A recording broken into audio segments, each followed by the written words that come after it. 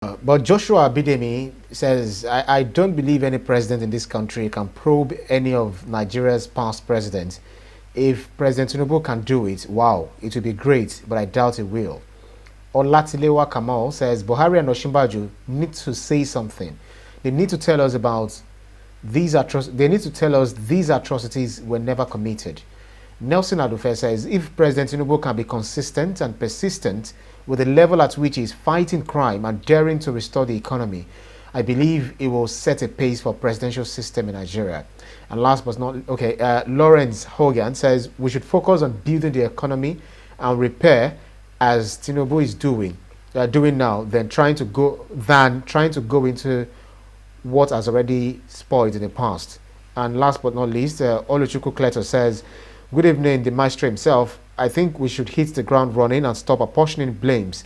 You are doing a good job. Kletos Oluchukwu Sunday from Ogun State.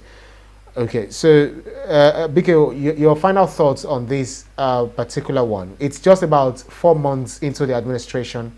No, just about, let's say, 3 months, going into 4 months into this administration. How much would you say the president or this administration has done in reviving the economy, very briefly?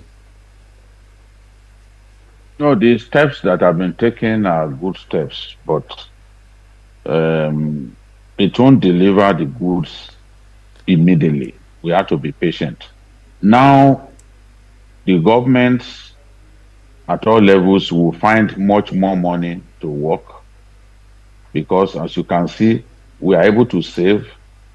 We're able to save money that otherwise we could have spent on defending the naira. We are able to save money from subsidy removal.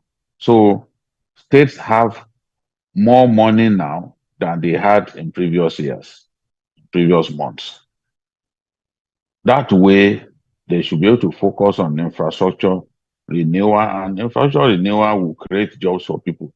People can turn our country, our states, to one huge construction site. Jobs will be created. When America ran into recession in 2008 or thereabout, they decided to focus on infrastructure development. And that way, they call this spending ourselves out of recession. So you have to focus on creating those jobs at that level. And then if I believe that what the government also plans to do by way of agriculture will help us to get there. But these are steps that will take a while before people begin to see benefit. For example, very soon, more and more Nigerians will have access to compressed natural gas fired engines. They'll be able to drive around with cheaper fuel instead of this expensive petrol. So, and of course, government also plans to bring in electric vehicles and other, and even encourage companies within Nigeria to build electric vehicles. So, I still believe that in the final analysis, things will get better. But before things get better, Nigerians will go through a lot of pain. So, what I want to see is the government moving quickly to try to ease the pains that people are going through at this time. They shouldn't allow labor to go on strike because there's no need for it at this time. And the government should just move rapidly,